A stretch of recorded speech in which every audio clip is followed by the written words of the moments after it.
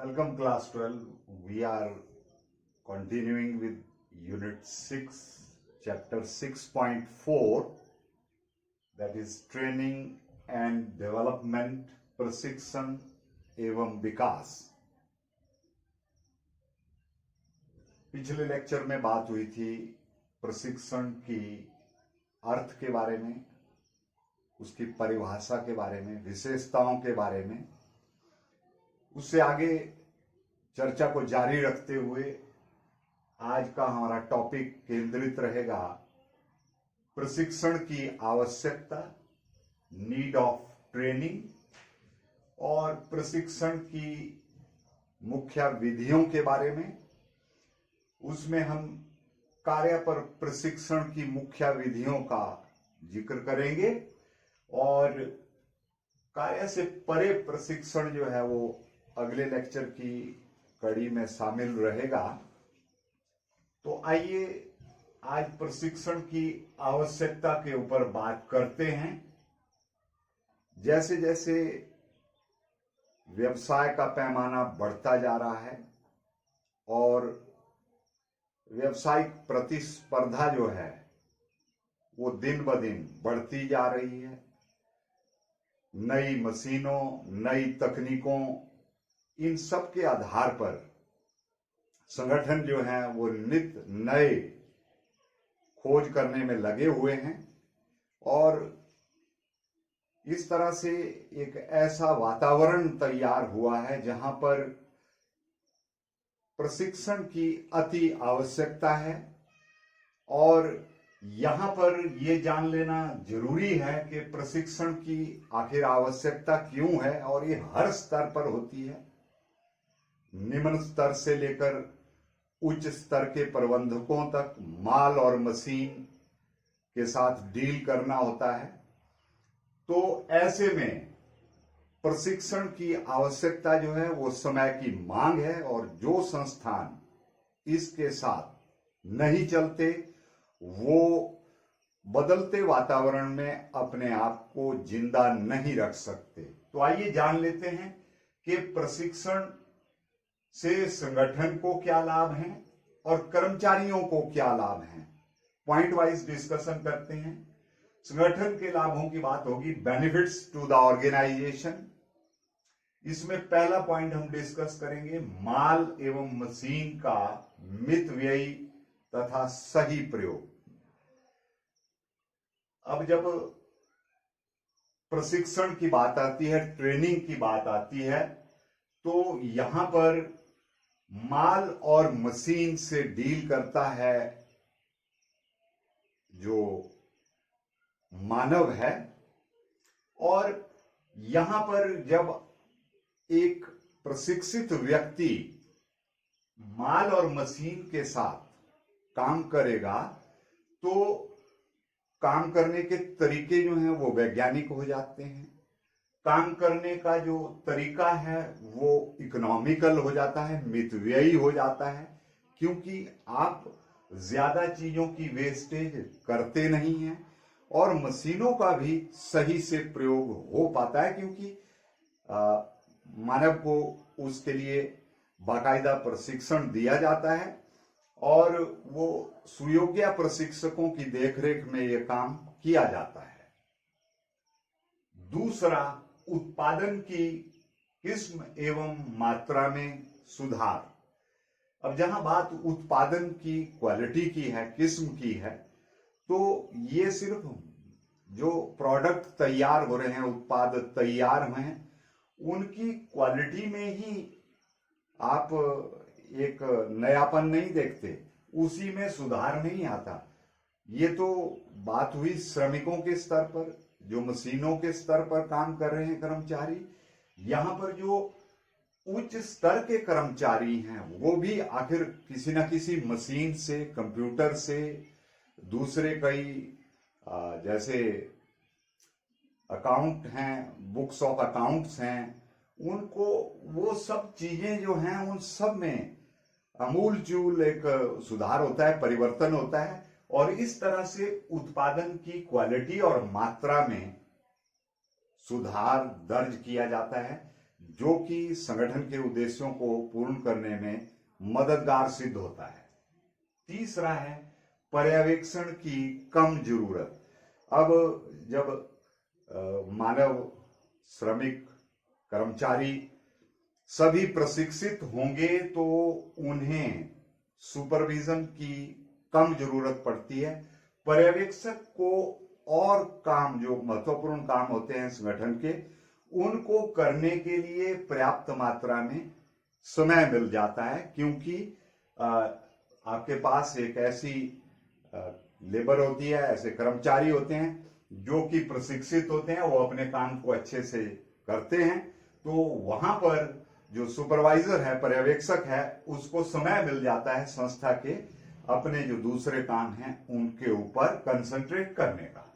चौथा है श्रम परिवर्तन दर एवं अनुपस्थिति में कमी। श्रम परिवर्तन दर की अगर बात करें, एक प्रशिक्षित आदमी जो होता है, प्रशिक्षित कर्मचारी, अधिकारी, उसकी डेफिनेटली मांग जो है वो जिस संगठन में काम कर रहा है उसी में नहीं, दूसरे संगठन भी, अगर आप निपुण हैं, आपके अंदर एक चातुर्य है, कौशल है, तो दूसरे संगठन भी चाहेंगे कि ऐसा व्यक्ति उनके पास आ जाए, तो उसकी कीमत जो है किस्म से वैल्यू बढ़ जाती है।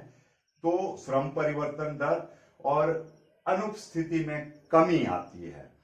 तो वो अगर वहां पर सेटिस्फाइड है, संतुष्ट है संगठन में जिसमें काम कर रहा है, अच्छी सैलरी मिल रही है, अच्छी प्रोडक्शन हो रही है, तो उस संगठन को आसानी से वो छोड़ता नहीं है। और साथ ही साथ जब कर्मचारी अच्छे से अपना काम कर रहे होते हैं तो अनुपस्थिति में, एब्सेंटिज्म में भी कमी नोट की जाती है। और ये वो चीजें हैं जिनसे संगठन आगे बढ़ता है, संगठनात्मक उद्देश्य पूर्ण होते हैं। और पांचवा और आखिरी पॉइंट जहां संगठन की बात हो रही थी कि संगठन को क्या लाभ है, तो ग्रहणशीलता में वृद्धि होती है, improvement in adaptability, how to adopt the situation, कि बदलते हुए वातावरण में आप किस तरह से अपने व्यवसाय को बदलते हुए वातावरण में अपने दूसरे कॉम्पिटिटर्स से बेहतर करते हैं। ये वो चीज है जो इंसान में, जिस इंसान में सीखने की लगन हो, ग्रहणशीलता, उसमें अडॉप्टेबिलिटी हो, चीजों को एक्सेप्ट करता हो, अडॉप्ट करता हो, तो वो डेफिनेटली अपने व्यवसाय को अच्छे से कर पाता है और संस्था के लिए लाभप्रद स्थिति पैदा होती है। ये तो रहे संगठन को लाभ, बेनिफिट्स टू द ऑर्गेनाइजेशन। आइए जानते हैं कि प्रशिक्षण से कर्मचारियों को क्या लाभ है, what are the benefits to the employees. पहला है कार्यक्षमता एवं कुशलता में वृद्धि होती है। जब किसी अधिकारी, कर्मचारी को ट्रेनिंग दी जाती है, प्रशिक्षण दिया जाता है, तो उसकी एफिशिएंसी भी बढ़ती है और उसकी एबिलिटी, काम करने की वो कुशलता जो है वो भी डेफिनेट तौर पे, निश्चित तौर पे उसमें वृद्धि दर्ज की जाती है। और ये दोनों चीजें संस्था के लिए बहुत लाभदायक सिद्ध होती हैं। बाजार मूल्य में वृद्धि होती है, इंक्रीजेस देयर मार्केट वैल्यू। तो कर्मचारी जब ट्रेंड होता है तो डेफिनेट है कि स्किल्ड आदमी है और उसकी एक पहुंच होती है और उसका एक नाम होता है अपने काम में, और ये जो नाम है इससे उसको बाजार मूल्य में उसके वृद्धि होती है। और बाजार मूल्य में वृद्धि होने से उसके अंदर आत्मविश्वास बढ़ता है। और अगर उसको संस्था अगर कहीं गलती से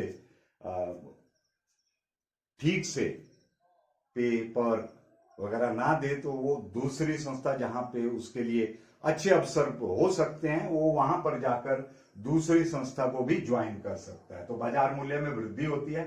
तीसरा, दुर्घटनाओं में कमी होती है।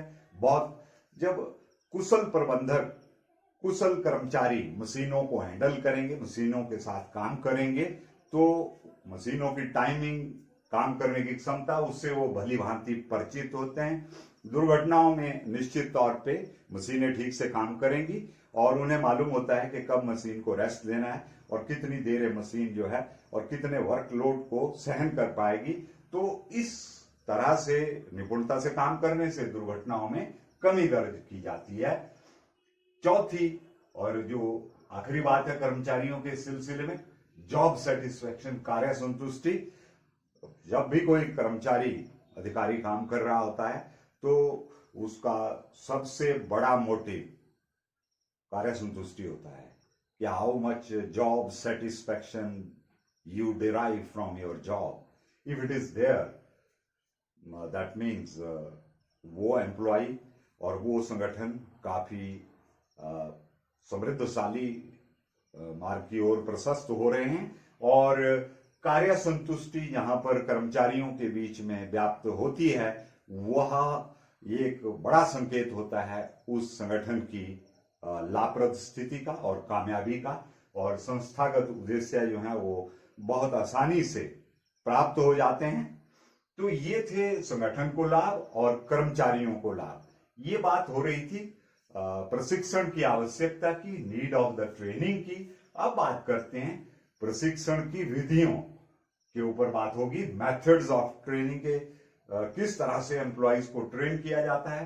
तो दो किस्म की हमारे पास टेक्निक्स हैं, कार्य पर प्रशिक्षण, ऑन द जॉब ट्रेनिंग, जिसके बारे में हम आज चर्चा करेंगे। दूसरा है कार्य से परे प्रशिक्षण, ऑफ द जॉब ट्रेनिंग, जिसको अगले लेक्चर में मैं आपसे रूबरू होऊंगा और उसके बारे में आपसे बातचीत होगी। आइए जानते हैं कि जो कार्य पर प्रशिक्षण है, ऑन द जॉब ट्रेनिंग, ये है क्या आखिर। इसका अभिप्राय उस प्रशिक्षण विधि से है जिसका मुख्य आधार करते हुए सीखना, लर्निंग बाय डूइंग। और यहां पर क्या होता है कि इस विधि का जो प्रयोग होता है वो कार्यस्थल पर होता है। एक ऐसा आदमी जो उन मशीनों का विशेषज्ञ होता है, उसे आप पर्यवेक्षक कह लीजिए, उसे आप ट्रेनर कह लीजिए, उसे आप कोच कह लीजिए, उसके सुपरविजन में जो जिन लोगों को ट्रेन किया जाना है वो उसकी निगरानी में काम सीखते हैं। वर्कशॉप हो सकती है, लैब हो सकती है, जहां पर वो काम सीखेंगे और पहले वो अपने ट्रेनर को काम करते हुए देखेंगे, फिर वहां से उन चीजों का नोट करते हुए वो उस काम को सीख कर खुद उस काम को करेंगे। तो यहां पर ये प्रैक्टिकली होता है, आपको व्यवहारिक तौर पर उन मशीनों के साथ काम करना, ये सब चीजें वहां पर सिखाई जाती है। और जहां पर ये महसूस किया जाए कि यहां पर ट्रेनी जो है, जो आदमी प्रशिक्षण ले रहा है, उसमें कमी नोट की गई, तो कोच, प्रशिक्षक, ट्रेनर उस आदमी को वहां पर सही करेगा, उसकी गलती बताएगा और उसके बाद वो उस गलती को ठीक करते हुए अपने काम को सही दिशा में आगे बढ़ाता है। यहां पर जे बैटी के शब्दों के ऊपर ध्यान देना जरूरी है कि कार्य पर प्रशिक्षण के लिए प्रशिक्षित प्रशिक्षक की जरूरत होती है। जो ट्रेनर है वो ट्रेंड होना चाहिए, खुद स्किल्ड होना चाहिए, नहीं तो एक अयोग्य प्रशिक्षक अनेक अयोग्य संतान पैदा कर देगा। अगर ट्रेनर खुद स्किल्ड आदमी नहीं होगा, मास्टरफुल नहीं होगा, तो आगे जो ट्रेनीज सीख कर जाएंगे वो उस स्तर पर नहीं सीख पाएंगे जितना उन्हें सिखाया जा सकता था। तो यही कहा उन्होंने कि वो अनेक अयोग्य संतान पैदा कर देगा। तो ट्रेनर जो है वो सही ज्ञान, सही मार्गदर्शक और असल रूप में कोच होना चाहिए। आइए जानते हैं कार्य प्रशिक्षण पर जो मुख्य विधियां हैं। 4 विधियों का यहां पर जिक्र किया गया है। ये नव सीखुआ कार्यक्रम, अप्रेंटिसशिप प्रोग्राम है, दूसरा शिक्षण कोचिंग, तीसरा संयुक्त प्रशिक्षण इंटर्नशिप ट्रेनिंग रहती है और चौथा पद बदली, यहां पे जॉब रोटेशन। ये 4 किस्म की विधियां हैं जिनके ऊपर एक एक करके मैं आपसे चर्चा कर रहा हूं। नव सीखुआ कार्यक्रम, अप्रेंटिसशिप प्रोग्राम, यहां पर जो ट्रेनी है उसको उच्च स्तरीय कौशल प्राप्त करने के लिए एक एक्सपर्ट के अंडर काम करना होता है। एक्सपर्ट जो है उसके अधीन वो अपनी ट्रेनिंग लेगा और यहाँ पर सैद्धांतिक और व्यावहारिक दोनों पहलुओं की ट्रेनिंग दी जाएगी।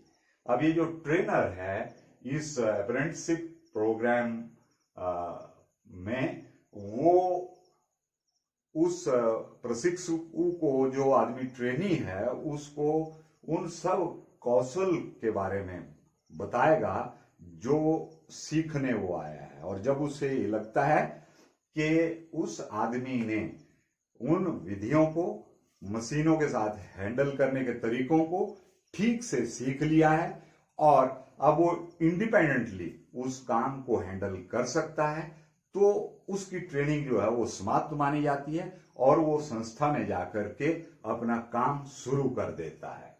तो सैद्धांतिक और व्यावहारिक दोनों किस्म का ज्ञान जो है वो यहाँ पर ट्रेनी को दिया जाता है और उसमें दोनों में उसे महारत हासिल करवाई जाती है। और रिमेंबर, जो जिस आदमी के अंडर आपको ट्रेन किया जा रहा है वो खुद में उस काम का एक्सपर्ट होना चाहिए।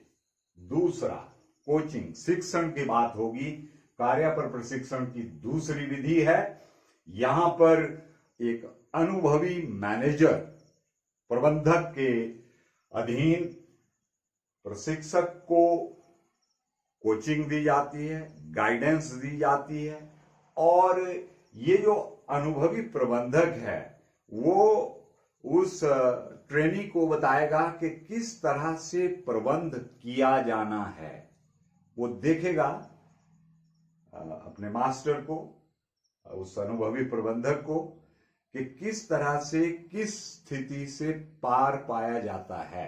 वो उन बारीकियों को सीखता हुआ अपनी ट्रेनिंग पूरी करता है, इसे कोचिंग कहते हैं, और वो स्किलफुल हो जाता है उस काम में।